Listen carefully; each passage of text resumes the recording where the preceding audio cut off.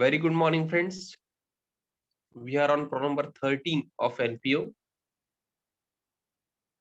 उसमें हमने receipt and payment start किया था. रिसीट साइड में डोनेशंस तक ऑलरेडी कंप्लीट हो चुका है. तो अब हम नेक्स्ट आइटम स्टार्ट करें.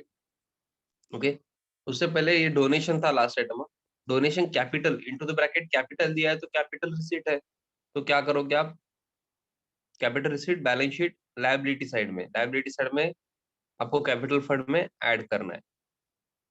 Next, life membership fees. मुझे बताओ, रेवेन्यू रिसीट है या कैपिटल रिसीट है? नॉर्मली क्या है बताओ. एडजस्टमेंट में क्या है वो मत देखो. नॉर्मली आप क्या बोलोगे? Capital receipt. Life membership fees capital receipt है. बट इसके लिए एडजस्टमेंट है, एडजस्टमेंट नंबर 5. हाँ, लास्ट लेक्चर में मैंने एडजस्टमेंट नंबर और टिक मार्क सब कुछ यहाँ पे लिखा था. सर अभी कहाँ है? वो मैंने सेव नहीं किया है. वो क्या करना है आपको, मुझे बताना है. सर एडजस्टमेंट है, टिक मार्क है, आपको बताना पड़ेगा. ओके. अब इसके रिलेटेड एडजस्टमेंट है, adjustment number 5. 50% of the life membership fee should be capitalise, ऐसा बोल रहे हैं वो. तो 50% कैपिटलाइज्ड का मतलब क्या है? 50% कैपिटल रिसीट समझना है. सर फिर बाकी 50% वो रेवेन्यू रिसीट समझना है. सर ऐसे कैसे? आपने तो कैपिटल रिसीट सीखा है. अरे बच्चे, मैंने सीखा है, बट मैंने ये भी सीखा है कि क्वेश्चन को चैलेंज करना है या नहीं. क्वेश्चन को चैलेंज करोगे क्या? Yes, everyone please answer. हाँ, इतने भी हम बड़े नहीं है कि हम क्वेश्चन को चैलेंज करें. ओके, तो हमें क्या करना है? जो बोला है वही करना है. तो सिर्फ 50% कैपिटलाइज करो.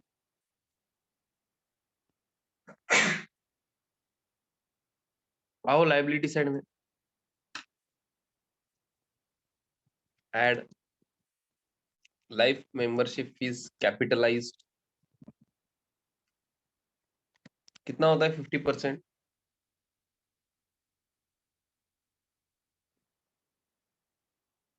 30,000 है तो 15,000.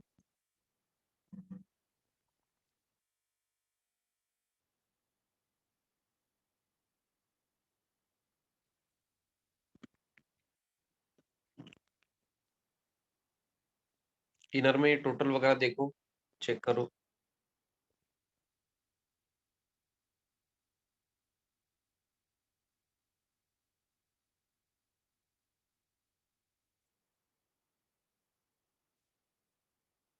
यस, और जो रिमेनिंग 50% है वो क्या करना है आपको? रेवेन्यू दिखाना है. तो आप क्या कर सकते हो? एक तो डायरेक्टली ले सकते हो bye life membership fees outer column में. बट उससे अच्छा प्रेजेंटेशन कैसा होगा? जैसे आप एंट्रेंस फीस का वगैरह कैसे करते हो ना, वैसे.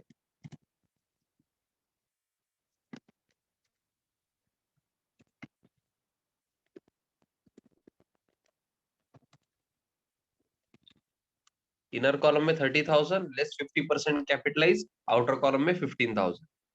ओके, ऐसा प्रेजेंटेशन.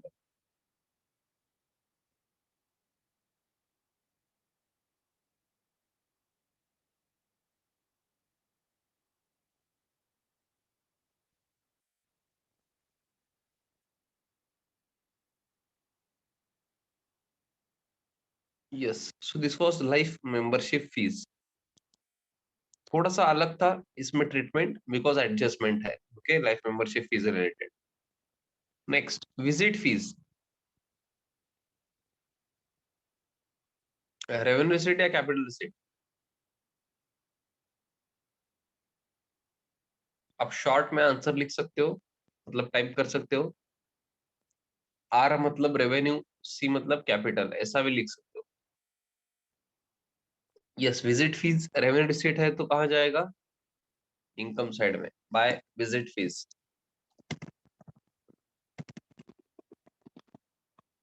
एडजस्टमेंट नहीं है इसलिए मैं क्या कर रहा हूँ, आउटर कॉलम में लिख रहा हूँ.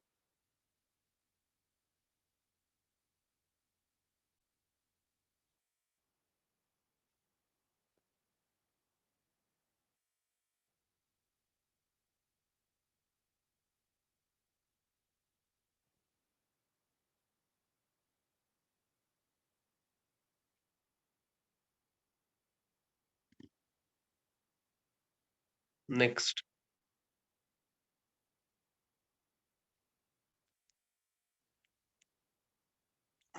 रिसीट साइड के बाद अब हम आएंगे पेमेंट साइड में। पेमेंट साइड में first item, by medicines into the bracket included of previous year bill 50,000 rupees total. Payment is 50,000.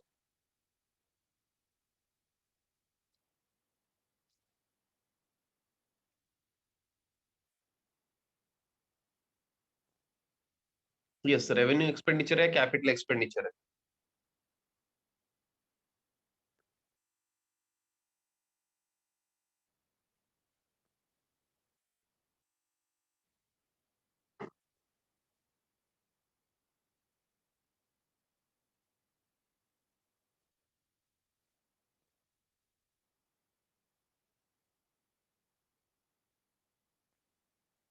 Revenue expenditure है तो कहाँ जाएगा?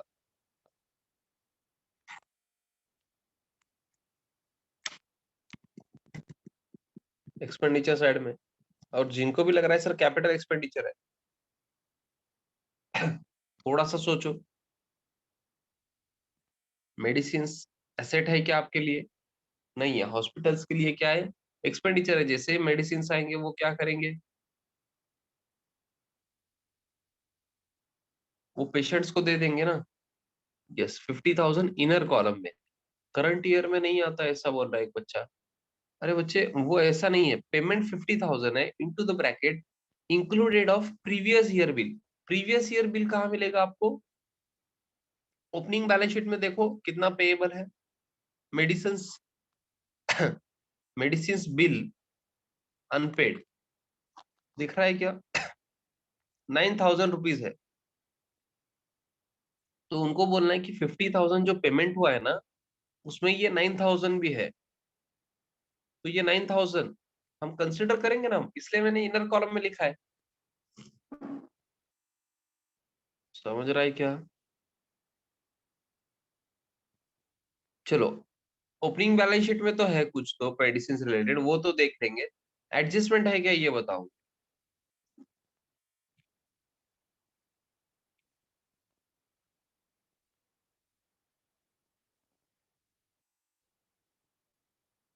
एडजस्टमेंट है क्या?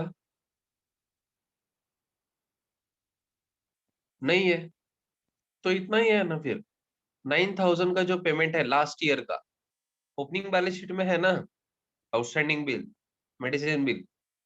इसका मतलब क्या है? लास्ट ईयर का कुछ पेमेंट बचा है। ओके, वो पेएबल था तो अभी हमने पे कर दिया है। बट ये तो लास्ट ईयर का है ना। तो लास्ट ईयर के जो मेडिसिन के बिल है, वो मैं करंट ईयर के एक्सपेंडिचर साइड में दिखा सकता हूँ क्या? नहीं दिखा सकता हूँ। तो क्या करूंगा मैं? Less paid for last year.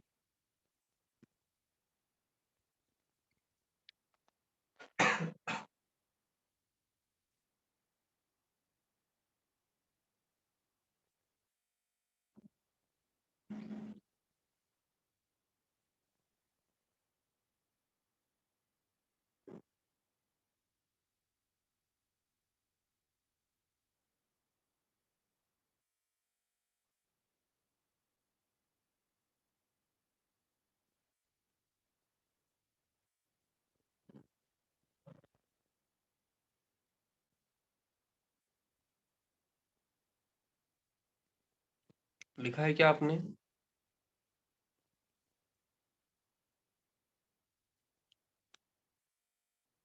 I hope आपने लेस करके आउटर कॉलम में भी अमाउंट लिया है। कॉपी पेस्ट मत करो, खुद कैलकुलेशंस करो।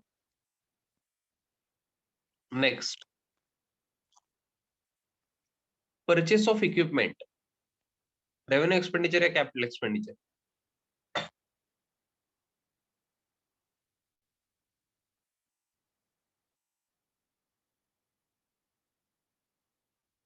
कैपिटल एक्सपेंडिचर है। इक्विपमेंट हमने परचेस किया है तो ये कैपिटल एक्सपेंडिचर है। हमने एसेट परचेस किया है तो कहाँ जाना चाहिए? एसेट साइड में। तो चेक करो आपने लिया है क्या। आपका ऑलरेडी हुआ है इक्विपमेंट्स। चेक करो, एडिशन भी लिया है आपने, डिप्रिसिएशन भी ले लिया है, सब कुछ हो चुका है।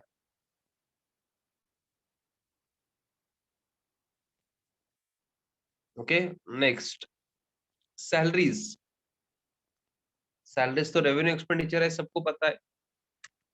उन्होंने बोला inclusive of previous year, previous year का पेमेंट भी है इसमें। मतलब उनको क्या बोलना है, जो ओपनिंग बैलेंस शीट में है ना आउटस्टैंडिंग सैलरी 15,000, जो लास्ट ईयर का पेमेंट बचा था वो पेएबल था लास्ट ईयर का, वो भी हमने पे कर दिया, इसमें ही है वो। और शायद एडजस्टमेंट भी है। करंट ईयर की आउटस्टैंडिंग सैलरी है 8,000,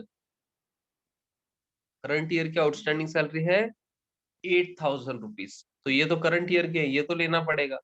ओके, तो हम दोनों इफेक्ट देंगे। पहले तो ये इनर कॉलम में लेंगे salaries, revenue expenditure, expenditure side.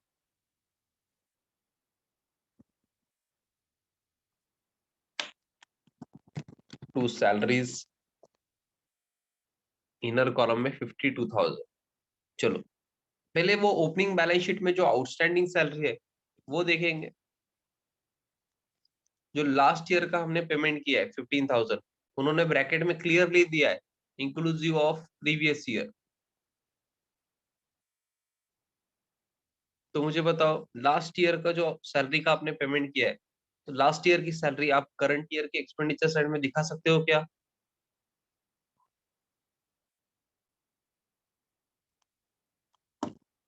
No. तो क्या करना है आपको, less paid for last year लिख सकते हो आप, कोई प्रॉब्लम नहीं। हाँ, आपको कॉलेज में थोड़ा सा वर्डिंग्स अलग बोल सकते हैं, कोई प्रॉब्लम नहीं है। कुछ लोग क्या बोलते हैं, आउटस्टैंडिंग फॉर लास्ट ईयर, मतलब जो आउटस्टैंडिंग था ना, हाँ वो अमाउंट है। मतलब उनको बोलना यही है कि लास्ट ईयर का आउटस्टैंडिंग है, करंट ईयर में पेमेंट हुआ है। या कुछ फैकल्टीज क्या करते हैं, डिटेल्ड लिखते हैं, outstanding for last year paid in current year.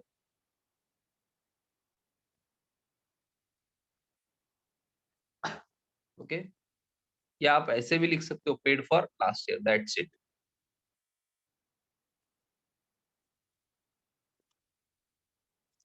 Next, ये तो हमने लेस कर दिया, बट और एक एडजस्टमेंट है। एडजस्टमेंट में क्या दिया है, आउटस्टैंडिंग सैलरी। सर ईयर ही नहीं बताया ना फिर, तो करंट ईयर का है बच्चे। करंट ईयर की सैलरी आप इनकम एंड एक्सपेंडिचर में दिखाओगे या नहीं? बिल्कुल दिखाना पड़ेगा।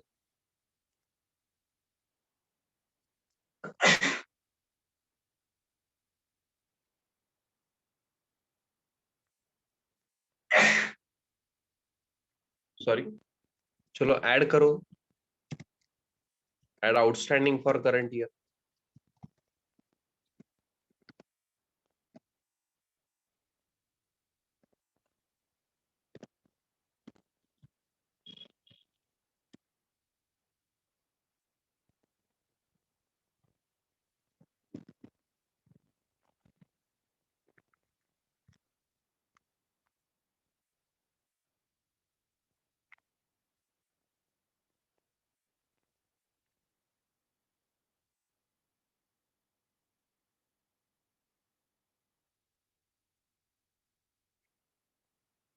यस, तो ये करंट ईयर की जो आउटस्टैंडिंग सैलरी है, इसका सेकेंड इफेक्ट कहाँ जाएगा बच्चों, बताओ।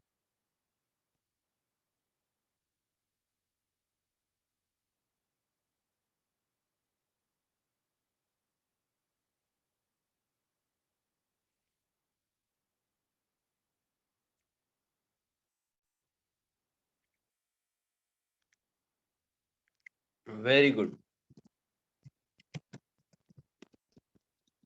लायबिलिटी साइड में outstanding salary 8,000।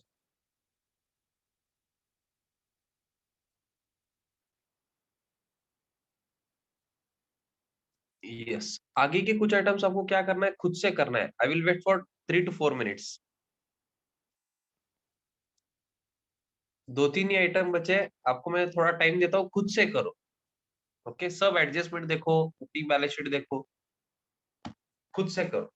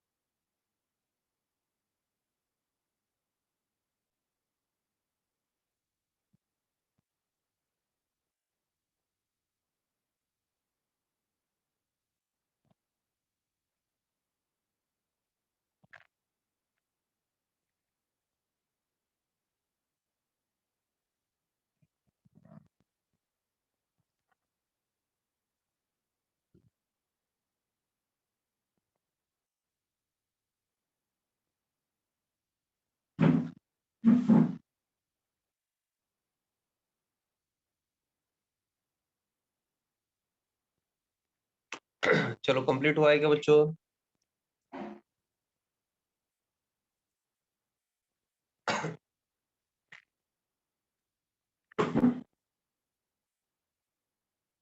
Yes. Next item है टैक्सेस। टैक्स रेवेन्यू एक्सपेंडिचर है।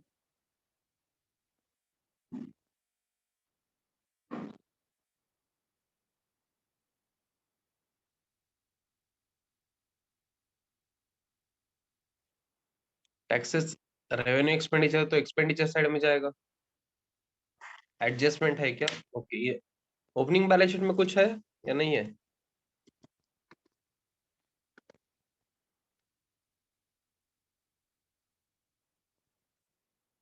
नहीं है, सिर्फ एडजस्टमेंट है। एडजस्टमेंट में क्या दिया है? प्रीपेड है, प्रीपेड टैक्सेस। मतलब नेक्स्ट ईयर का पेमेंट आपने क्या किया है, अभी ही कर दिया है। बट वो तो नेक्स्ट ईयर का है ना, नेक्स्ट ईयर का हम दिखा सकते हैं क्या? नहीं। तो लेस प्रीपेड 1000, आउटर कॉलम में आपने लिया होगा something something 6200। Okay, and second effect कहाँ गया? बैलेंस शीट एसेट साइड में, प्रीपेड टैक्सेस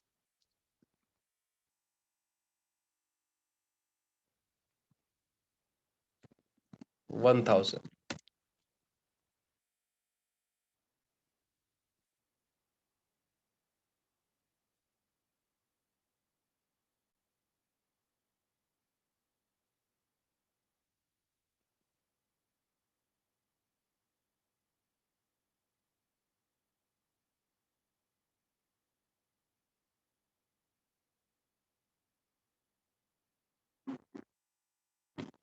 यस, ये था टैक्सेस रिलेटेड। आई होप किसी को क्वेरी नहीं है।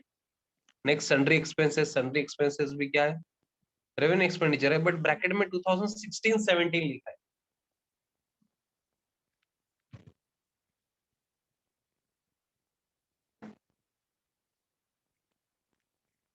करेक्ट है क्या?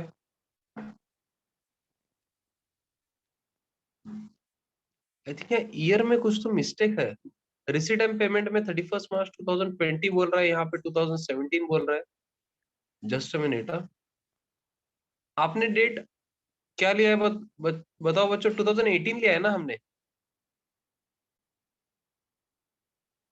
2018 करना है यहाँ पे क्वेश्चन में। क्या करो आप, थोड़ा सा टाइपिंग एरर है रिसीट एंड पेमेंट में।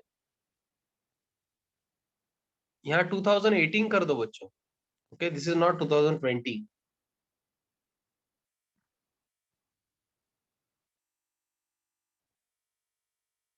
यस। तो 16-17 लास्ट ईयर है। लास्ट ईयर के सैलरी एक्सपेंसेस का पेमेंट हुआ है। ओपनिंग बैलेंस शीट में चेक करो। ओपनिंग बैलेंस शीट में पेएबल था 1500। हमने पे कर दिया 1500। यस, मुझे बताओ अभी कुछ करना है क्या इसका?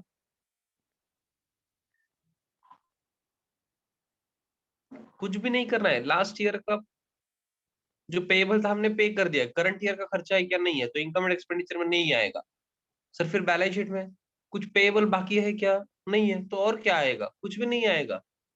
लास्ट ईयर का पेएबल था, हमने पेमेंट कर दिया, that's it.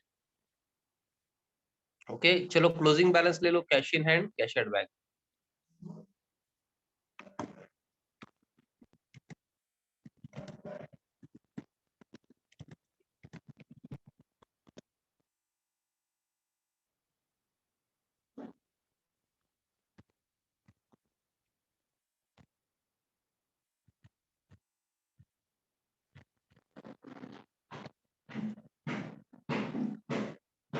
Yes, income and expenditure का बताओ।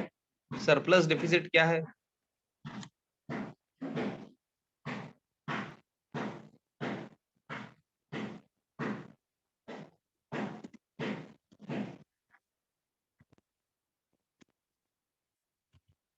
डेफिसिट है, कितना है बताओ?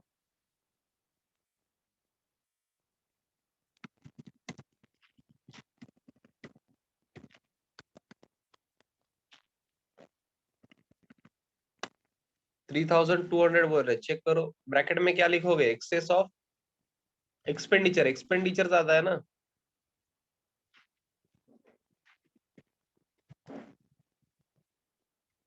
Over income.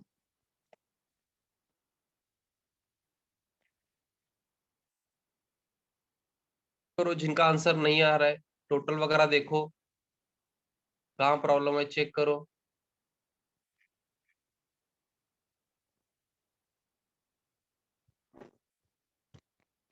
और ये डेफिसिट क्या करना है आपको,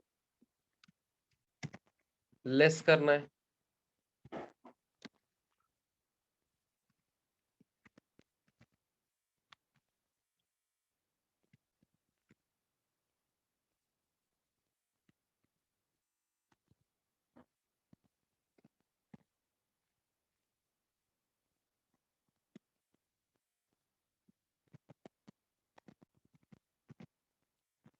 बैलेंस शीट टोटल चेक करो।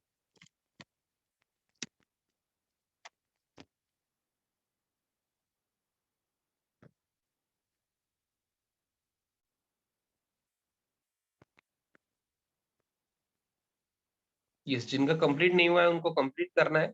आई विल वेट फॉर 2 मिनट्स। जिनको कुछ क्वेरीज वगैरह है उनके लिए मैं वेट कर रहा हूँ। क्वेरीज पूछो आपके, अभी तक का जो टॉपिक हुआ है उसमें कुछ भी पूछ सकते हो।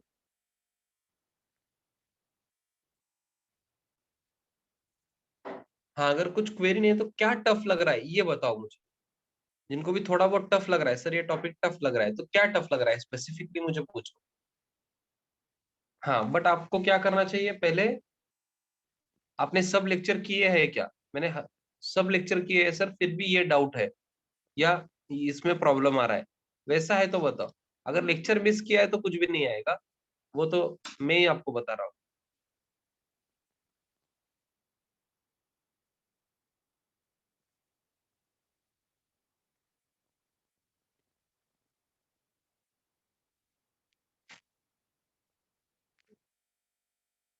और आपको लगता होगा कि अटेंडेंस वगैरह कुछ होता है या नहीं, सब कुछ मैं चेक करता हूँ। हाँ बच्चे, आपको ऐसा लग रहा होगा कि अटेंडेंस नहीं लेते हो सर आप, होमवर्क का सोल्यूशन नहीं देखते हो, मुझे सब पता है कौन आंसर भेजता है कौन नहीं भेजता है, और वही रिजल्ट देता है। हाँ बच्चे, जो स्टडी करता है ना बच्चा वही रिजल्ट देता है, बाकी बच्चे तो रिजल्ट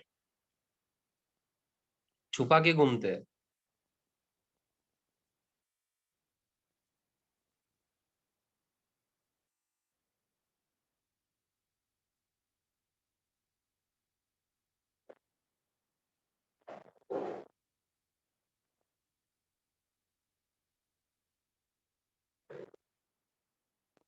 यस, कंप्लीट हुआ है क्या बच्चों? डन वगैरह ऐसा कुछ तो बोलो, मुझे समझ जाए ऐसे।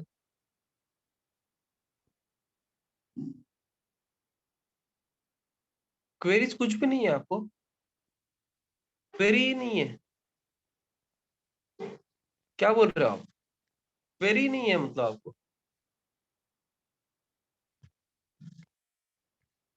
कुछ पूछना ही नहीं है टॉपिक में? चलो ये बताओ, आपने फाइनल अकाउंट और डिसोल्यूशन का रिवीजन किया है क्या?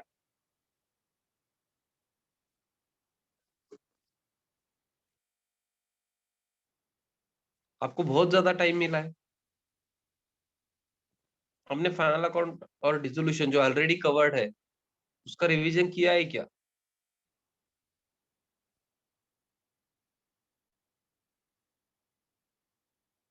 एक बच्चा भी आंसर नहीं दे रहा है, इसका मतलब आपने रिवीजन नहीं किया है। तो मैं आपको इतना बता दूं कि आप भूल चुके हो टॉपिक, आपको कुछ भी नहीं आता है उसमें। ओके, दोनों टॉपिक में। हाँ, जब भी मैं टेस्ट लूँ ना वो आपको भी समझ जाएगा मुझे भी समझ जाएगा, बट मुझे तो ऑलरेडी पता है कि आपको कुछ नहीं आता है। इतना टाइम देखिए भी, अगर अगर आप रिवीजन नहीं कर रहे हो तो इसमें किसकी मिस्टेक है, आपको क्या लगता है? सर की मिस्टेक है? नहीं बच्चे, सर आप तो बोलोगे स्टूडेंट की मिस्टेक है। आपका क्या है सर, ऐसे ही सिखाते रहोगे और स्टूडेंट की मिस्टेक बोलते रहोगे?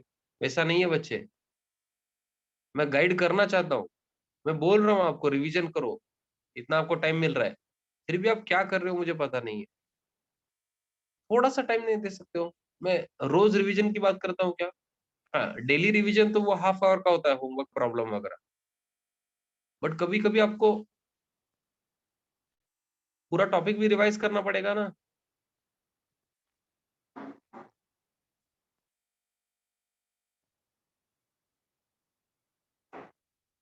फाइनल अकाउंट का थोड़ा ही आ रहा है तो बाकी देखना पड़ेगा आपको कहाँ प्रॉब्लम है।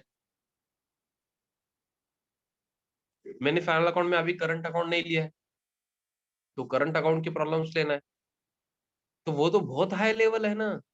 करंट अकाउंट लेवल तो जो हमने क्वेश्चंस कवर किए उससे अच्छा लेवल है वो। तो अगर पीछे का ही नहीं आता है, पहले का ही नहीं आता है, तो आगे कैसे बढ़ेंगे। इतना ध्यान रखो कि आपको जो भी टॉपिक्स कंप्लीट हुए हैं वो सब कुछ आना चाहिए, तो ये आगे का आएगा। ओके, तो आज क्या करना है, जिन्होंने फाइनल अकाउंट डिसोल्यूशन रिवीजन नहीं किया वो रिवीजन करो, और जिन्होंने ऑलरेडी किया है उनको मैं फिर से बोल रहा हूँ, एनपीओ फिर से रिवाइज करो। अभी तक जो हुआ है ना, मैं आज होमवर्क नहीं दे रहा हूँ आपको। ओके, फिर से रिवाइज करो। जो टॉपिक्स ऑलरेडी कवर्ड है इसमें आपके मोर देन 30 मार्क्स है बच्चे, इतना याद रखो। More than 30 marks, almost 35 marks, मतलब 50% सिलेबस इज कंप्लीटेड। 80 मार्क्स का पेपर होता है ना आपका, ऑलमोस्ट 40 मार्क्स, अगर मैं ऑब्जेक्टिव देखूं ना तो 40 मार्क्स का सिलेबस कंप्लीट हो चुका है अलॉन्ग विद द ऑब्जेक्टिव्स। तो 40 मार्क्स मतलब 50% of the syllabus, 50% of the syllabus is complete. We have successfully completed almost 50% of the syllabus. तो अभी आपको देखना है मुझे 40 में से कितने मिलेंगे, समझ रहा है ना। तो ये प्रवचन देने में मुझे अच्छा नहीं लगता है, फिर भी कुछ बच्चों को नहीं समझता है तो मैं कुछ नहीं कर सकता हूँ। ओके, तो आज के लिए हम यहीं रुक रहे हैं, चलो बाय करना है।